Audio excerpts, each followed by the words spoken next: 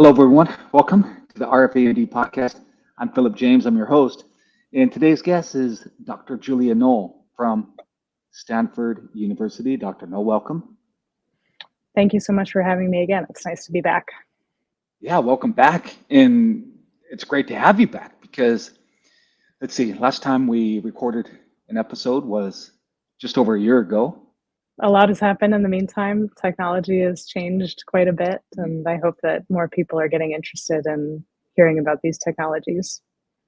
Well, I want to dive into that. And just a quick review. If you could share with those watching or listening a little bit about you and your background and experience.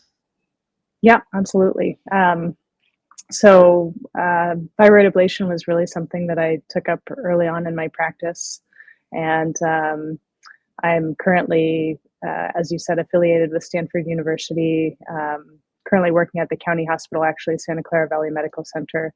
And I perform radiofrequency ablation, ethanol ablation, and am pretty soon here going to be experimenting a bit with microwave ablation.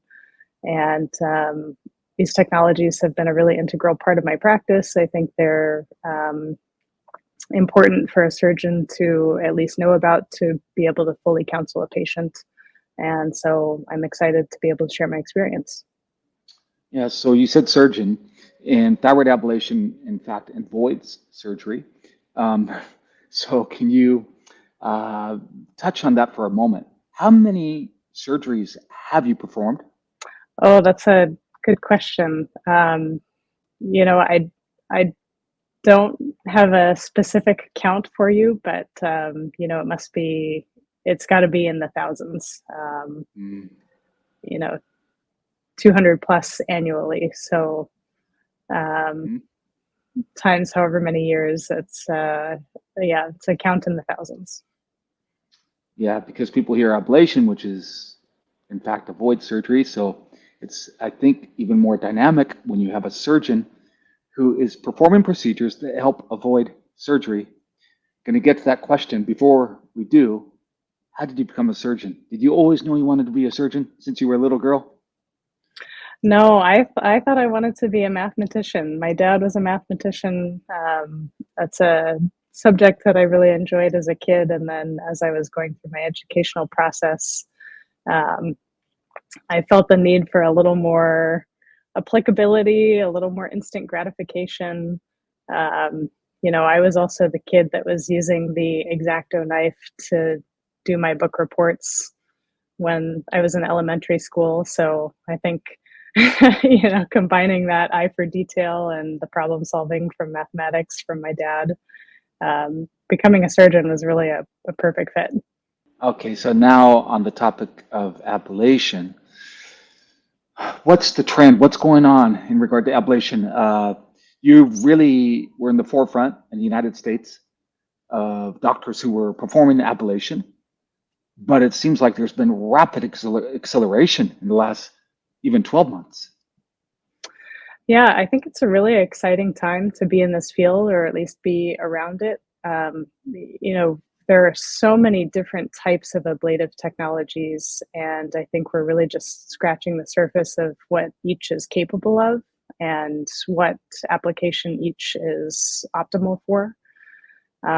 Certainly, radio frequency ablation is what we've heard most about.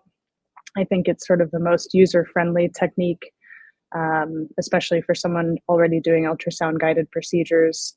It also just has the most support in the literature. So when justifying to your institution about starting one of these techniques, that certainly makes the most sense for most people.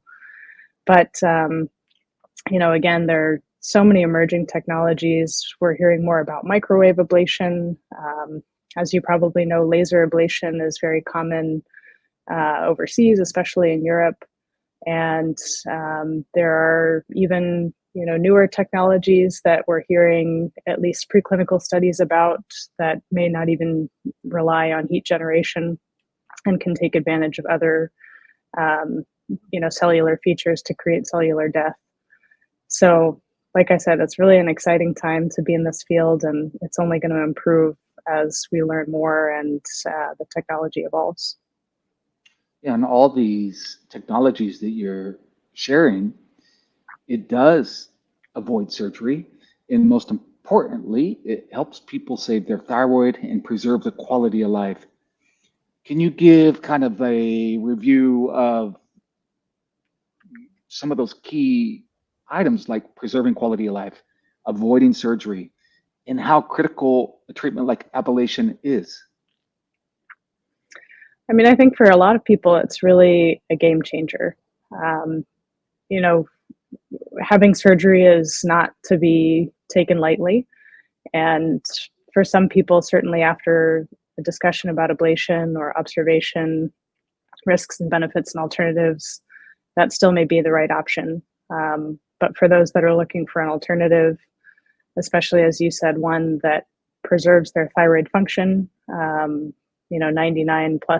of the time, one that avoids having to go through the logistics of surgery and the surgical recovery, um, or just as an option that seems like uh, a treatment can be pursued, but it doesn't have to be so aggressive as removing all or part of a thyroid.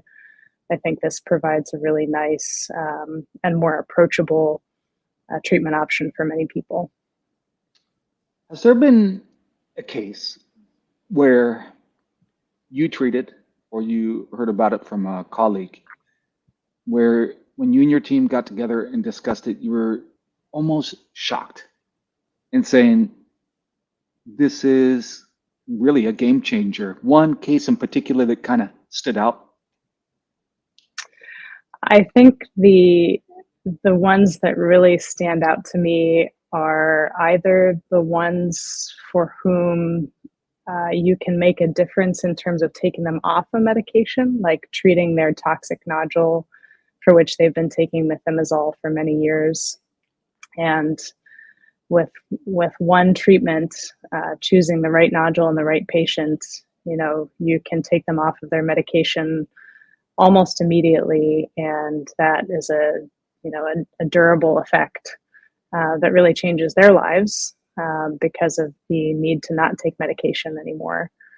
Um, and then I think there can also be circumstances where you have really sick patients, for instance, those that maybe do have some compressive effects from their thyroid nodule, but they've sort of been passed around from doctor to doctor. They are not great surgical candidates, but they certainly deserve the quality of life improvement that comes from relief of their compressive symptoms. And that's also a really satisfying patient to treat. Are you treating thyroid cancer? Yes, thyroid cancer as well, small thyroid cancers.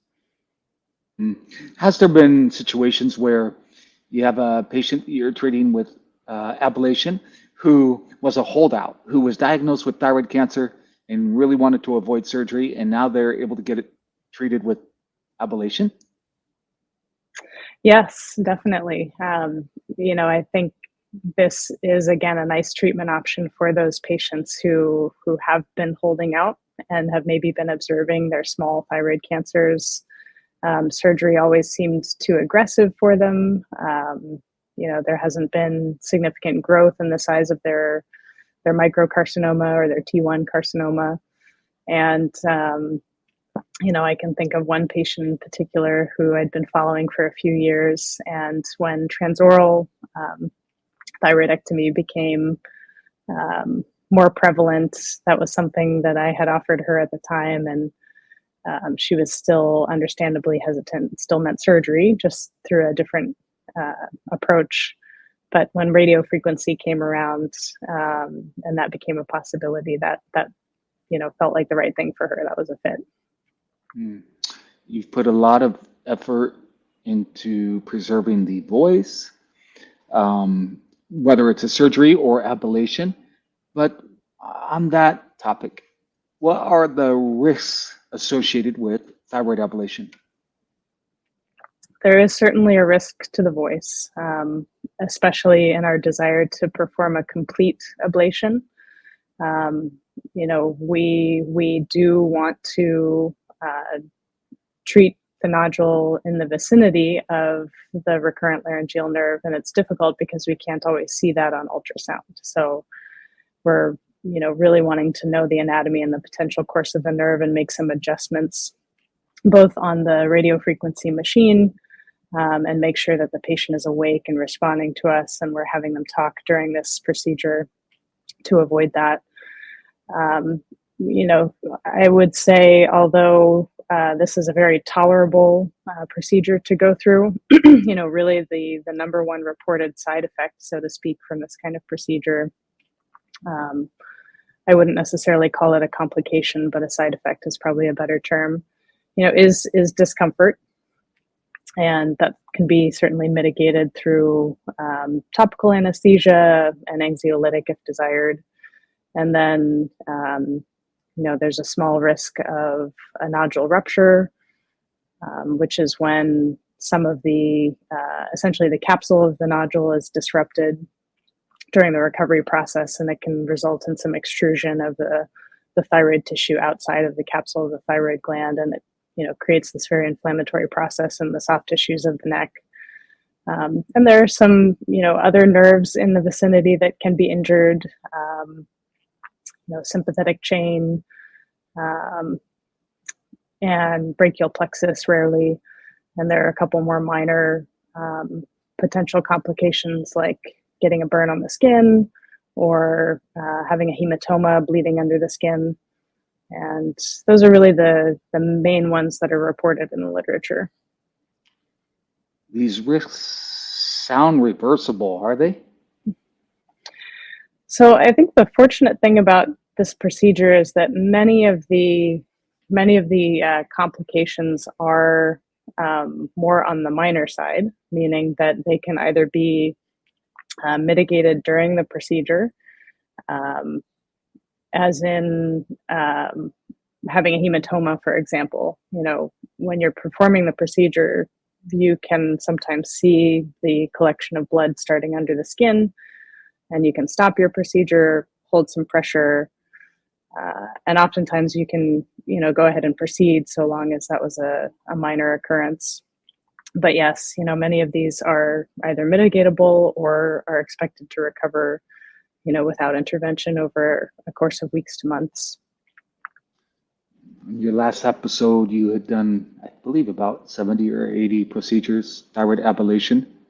So a year later, do you keep track? Do you know how many you've done?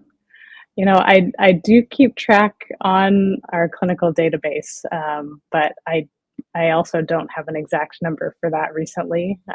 Certainly at least double that at this point. How are patients learning about thyroid ablation in the United States? I think that's another kind of unique thing about these technologies.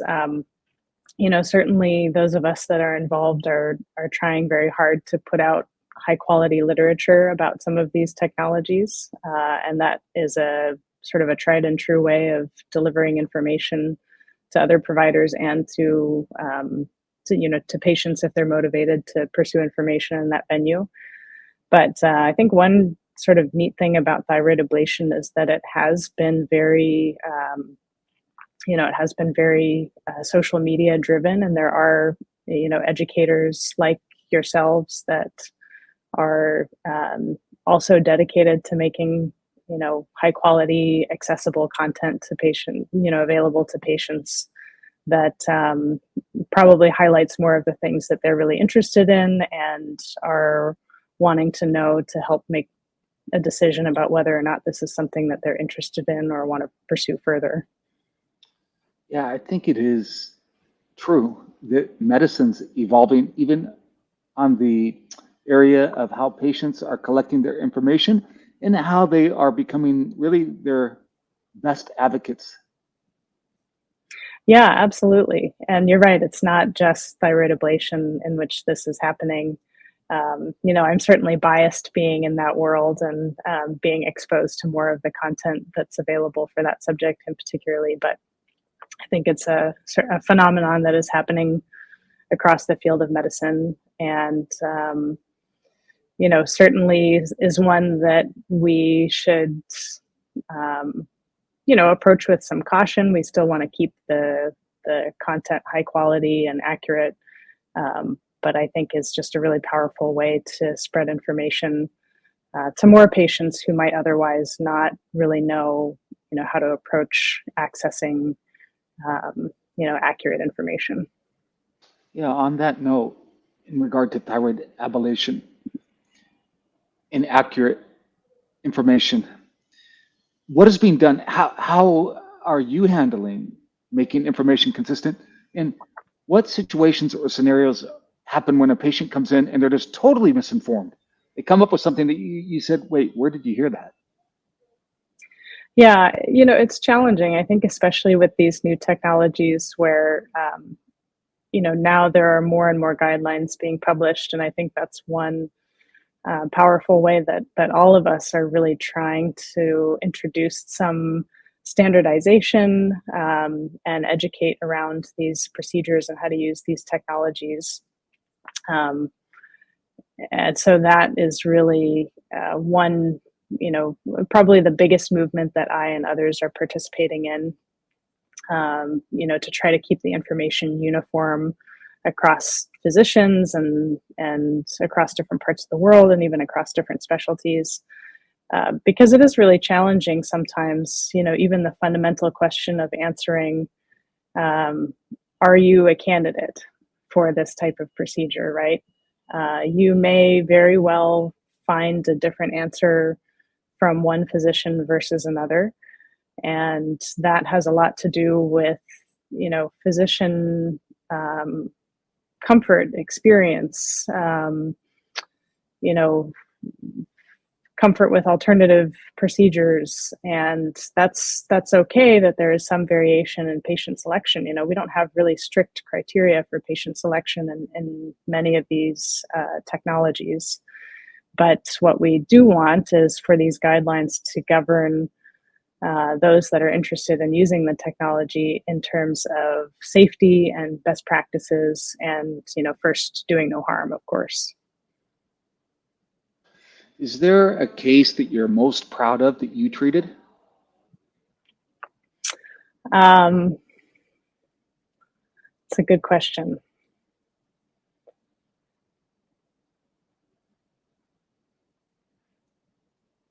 There are so many memorable ones. I have to have a second to think about a good one. I do, I think, like I alluded to earlier, I think some of the really satisfying ones can be those patients who have sort of been, passed around to different providers. They're a little more sick, and so no one has necessarily wanted to operate on them or to intervene. But of course their quality of life is being affected by their compressive goiter. And, I can think of one patient in particular early on, actually, who was in that situation, had a really unfortunate perioperative course from a prior surgery about a year before I met him, and had a kind of a challenging substernal nodule that was causing quite a bit of tracheal deviation and was just really uncomfortable for him. And, treating his nodule was technically really difficult just because of the location. But he had really impressive symptomatic relief just from one treatment. And, even though those were early days and I was probably more on the conservative side in terms of how aggressively I treated his nodule, even when he came back for his first post-op visit, that first, 30 or 40% in volume reduction had already made a huge difference. Wow. That's great. What about children? Can you treat children? There have been a couple of pediatric cases in our hospital that I've worked with our pediatric otolaryngologist on. And we've had success in treating a couple of children, and again, these have both been benign nodules with at least two prior benign biopsies before considering ablation. But yes, and they've both been slightly older. They've been, in their teenage years, but both have been very successful. 75% volume reduction in both cases, and certainly very happy young women who are in their teenage years in high school, anticipating going to college soon, and very grateful to not have a scar from a thyroid surgery or have to worry about medication when they go to college. Yeah, no kidding. Can you just touch on that one in particular, that the importance of preserving the thyroid, and what does it mean when this statement, say no to thyroid surgery? Why is that important? Yeah, I think, and to be totally fair, thyroid surgery is still right in some cases, and in many cases, sort of depending on the circumstances. But I think that what that message says is, let's stop and think and have a conversation about all of the options before we come to a decision. The phrase in medicine, risks, benefits, and alternatives, is used ubiquitously in terms of the consent process. And, options like thyroid ablation are a super important part of that alternatives conversation, right? So, it's not so much that we're saying nobody needs surgery ever, but we are saying that it deserves the conversation and at least deserves a mention, before we come to the right conclusion for the patient.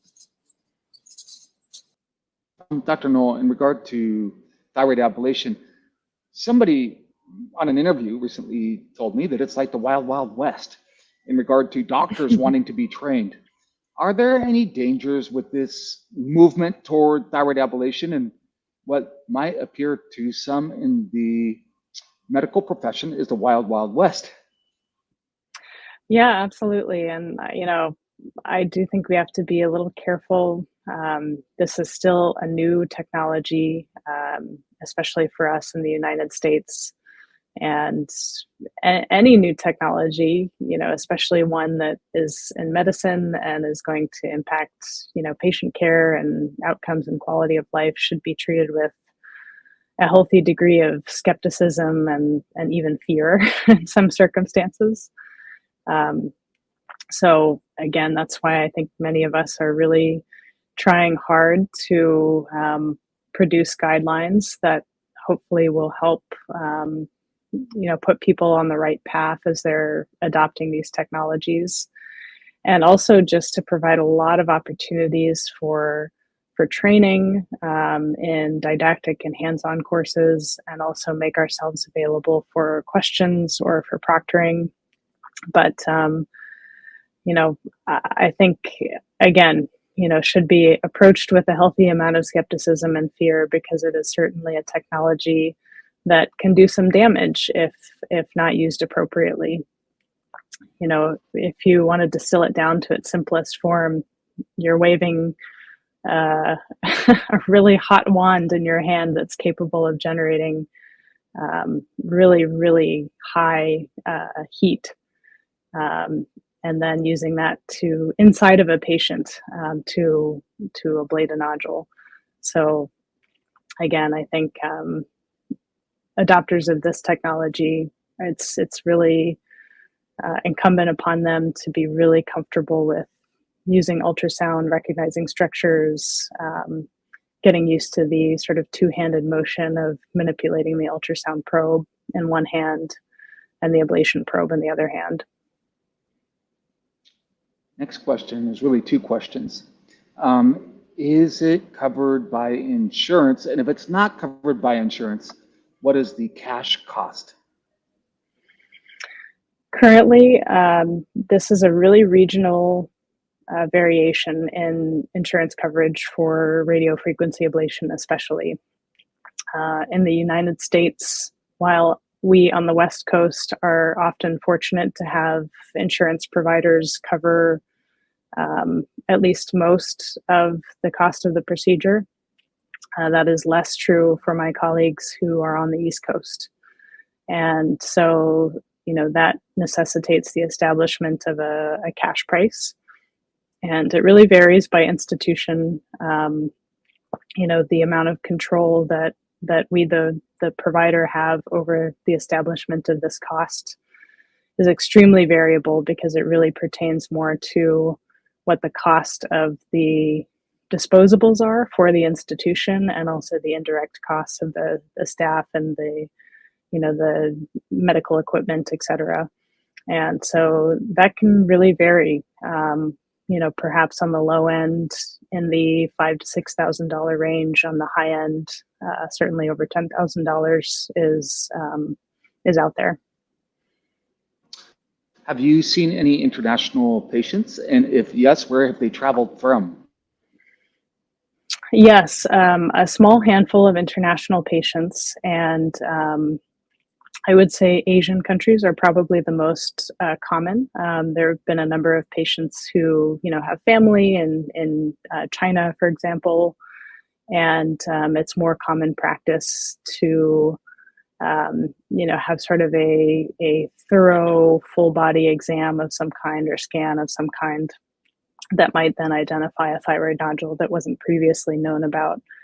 And then they receive the remainder of their medical care in the United States, and so come to attention or come to me that way.